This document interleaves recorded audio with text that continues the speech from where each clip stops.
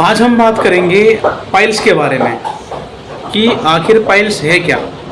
वैसे तो देखिए हर कोई अलग अलग तरीके बताता है, अलग अलग चीज़ें बताता है इस बीमारी के बारे में। इससे जनित या फिर इसके होने के अलग अलग कारण बताए जाते हैं, लेकिन इनमें से मुख्य कारणों के बारे में आज हम बात करेंगे कि ये पाइल्स क्यों होता है, किस लिए होता है, इसके लक्षण क्या हैं, इसका उपचार क्या है, क्या करें क्या ना करें। आइए हम इस बारे में बात करते हैं।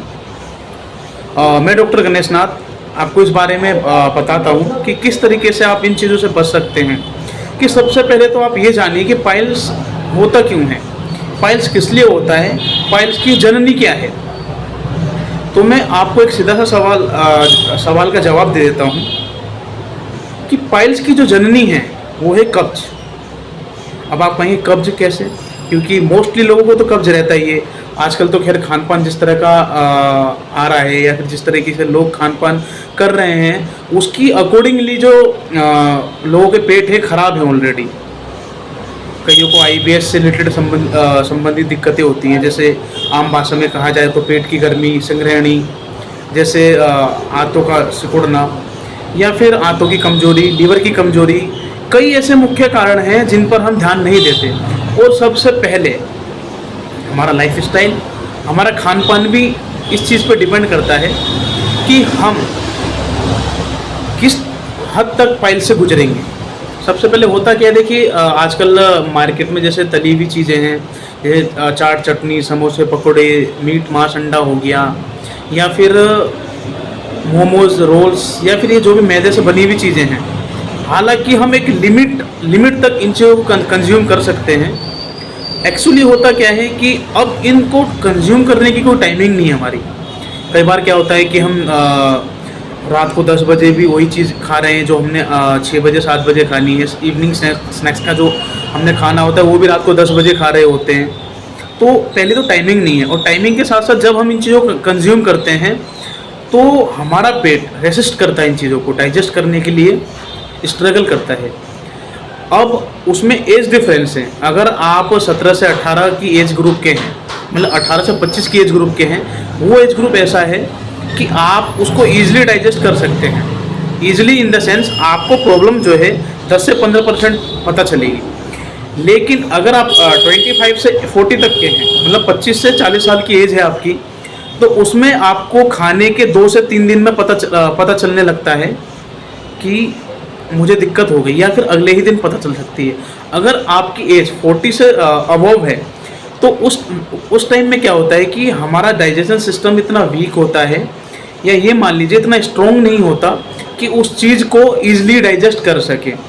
अब उसमें होता क्या है कि हम उसे इंटेक तो कर लेते हैं लेकिन वो डाइजेस्ट नहीं हो पाता। और जो फ्लोर मिल्स होते हैं, मतलब जो मैदा होता है या बारीक पिसा हुआ आटा जो होता है, आपने देखा होगा कि पुराने समय में बारीक आटा नहीं, मोटा आटा खाया जाता था। तो आजकल ये जो पतला आटा, मतलब जो मैदे से बनी हुई चीज़ें हैं या मैदा है, वो काफ़ी पतला बारीक पिसा होने के कारण हमारे पेट में जाके डाइजेस्ट नहीं हो पाता, क्योंकि उसमें फाइबर और माइक्रोन्यूट्रिशंस बहुत कम मात्रा में होते हैं। जिससे क्या होता है, वो डाइजेस्ट होने के साथ साथ वो इतना स्लोली डाइजेस्ट होता है कि हमारे आंतों में चिपकने का डर रहता है। चिपकना इन द सेंस डाइजेस्ट नहीं हो पाता, तो लॉन्ग टाइम तक पेट में ही पड़ा ही रहता है। पड़ा रहने के कारण वो एक तरीके से फूल सा जाता है जो इजी डाइजेस्ट नहीं हो पाता, जिस वजह से हमें कब्ज की प्रक्रिया बनती है। और कई बार हम ऐसा खान पान लेते हैं, जैसे मान लीजिए कि अगर हमें डॉक्टर ने डाइट बता रखी है या किसी ने हमें डाइट सजेस्ट करी कि आपको ये डाइट लेनी है, इस तरह की डाइट लेनी है ताकि आपकी बॉडी बन जाए या फिर शरीर बन जाए, आपके अंदर ताकत आए। हम इन सभी मामलों में एक चीज़ को दरकिनार कर देते हैं, लीवर की दवाई। आप कोई सी भी डाइट लें, आप कोई सा भी खाना खाएं, इस चीज़ का ध्यान रखें कि आप अपने लीवर की दवाई ज़रूर लेते रहें। अगर आपकी एज थोड़ी ज़्यादा है, जैसे कि 40 है, या फिर आजकल तो कम एज वालों को भी दिक्कत होने लगी है, जैसे 25 से 40 एज है, या फिर आप 25 अबव हैं, अगर आप रात को कोई भी ऐसी चीज़ कंज्यूम कर रहे हैं जो देर से डाइजेस्ट होती हैं, तो आप उसके बाद कोई भी लैक्सेटिव चूर्ण ले लें। और मैं लैक्सेटिव चूर्ण का ही बता दूं कि लैक्सेटिव चूर्ण सिर्फ वही लें जो कि आपको पेट में बाउल सिस्टम है उसको ख़राब ना करे। मैं इस बारे में आपको एक अलग से वीडियो बना के बता दूंगा कि उसमें चूर्ण का क्या महत्व होता है, उस पाउडर का, उस हर्ब्स का क्या महत्व होता है पेट साफ करने के लिए। इसके लिए मैं आपको अलग से वीडियो बना दूंगा, वरना यह वीडियो लंबी हो जाएगी। तो कोई भी ऐसी चीज़ कंज्यूम करे जो देर से डाइजेस्ट होती है या फिर जिसमें तेज़ मसाला डला हुआ है या फिर मैदे की चीज़ें हैं, कंज्यूम करने से कोई दिक्कत नहीं है, बट उसको मैनेज करना बहुत ज़रूरी है।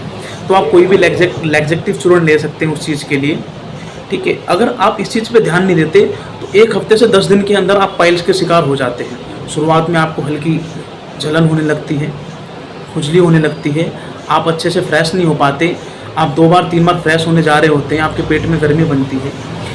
इन चीज़ों से बचने के लिए आप लैक्सेटेशन लेना है आपने अपने पेट साफ को लेकर बहुत ध्यान देना है।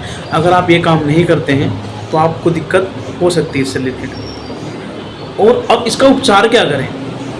देखिए, पाइल्स जो होती हैं 2 तरह की होती हैं, एक मस्से वाली और एक होती है खूनी, माने खूनी और बादी बवासीर होती हैं। 2 तरह की पाइल्स होती हैं, ठीक है। लेकिन इनके अलग अलग है, जैसे फिस्टूला बनना या फिर चपक चलने लगती है या भगंदर, ये सब बाद में के स्टेप है। जब पाइल्स का रूप बिगड़ जाता है तो ये प्रॉब्लम बनती है। तो आपने करना क्या है कि अगर आपको पाइल्स के लक्षण दिखते हैं तो कोई भी दवाई, आप पेट साफ करने की किसी भी दवाई के साथ, आप पाइल्स के लिए मार्केट में अलग अलग तरह की दवाइयाँ आ रही हैं, आप उनका यूज़ कर सकते हैं। उन्हें लेने के बाद आप उस टाइम तक अच्छा महसूस करेंगे और आपको आराम लगने लगेगा। लेकिन इस बिटवीन ध्यान रखें, चाट, चटनी, समोसे, पकोड़े, तली हुई चीज़ें, मीट, मांस, अंडा, इन चीज़ों का तो परहेज करना ही है। इसके साथ साथ लाल मिर्च आप अपनी फूड में से बिल्कुल हटा दें, क्योंकि लाल मिर्च ही, जो रेड चिलीज़ हैं, उसके जो फ्लैक्स होते हैं वो ईजिली डाइजेस्ट नहीं होते और वही कहीं ना कहीं आपकी पाइल्स को पैदा करने, मतलब पाइल्स बनाने का कारण बनती है। इस चीज़ से बचें। धन्यवाद। और अगर आपको किसी तरह की दिक्कत होती है, कोई समस्या है, तो आप मेरे नीचे दिए गए नंबर पर मुझसे बात कर सकते हैं, कंसल्ट कर सकते हैं इस बारे में। धन्यवाद।